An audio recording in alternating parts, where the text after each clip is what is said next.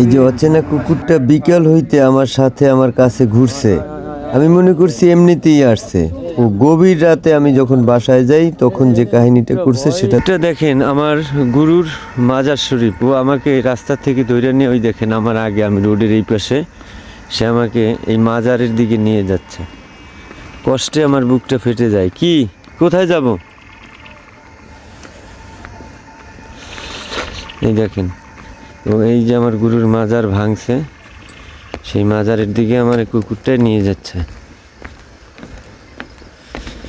আমার খুব কষ্ট লাগতেছে যে একটা বনের প্রাণী হইয়া এই জিনিসটা বুঝলো, কিন্তু মানুষে বুঝলো না। হায় রে, আফসোস আমার এই মানুষদের জন্য যারা এই ওলিকে বুঝতে না পারে। কি এখন কি করব? কোন দিক, কোন দিক যাব? কোন দিক যাব? আয়, কোন দিক যাব? কি কই, কোথায় যাব? কি করব? যা, কি করব এখন? কোন দিক যাব?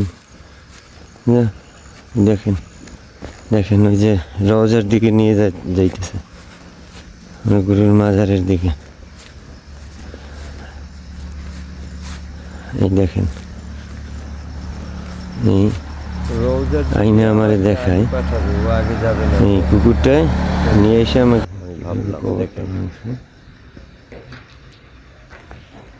দেখেন, কুকুরটা আমার এখানে আইনা এই দৃশ্যগুলো দেখাইলো।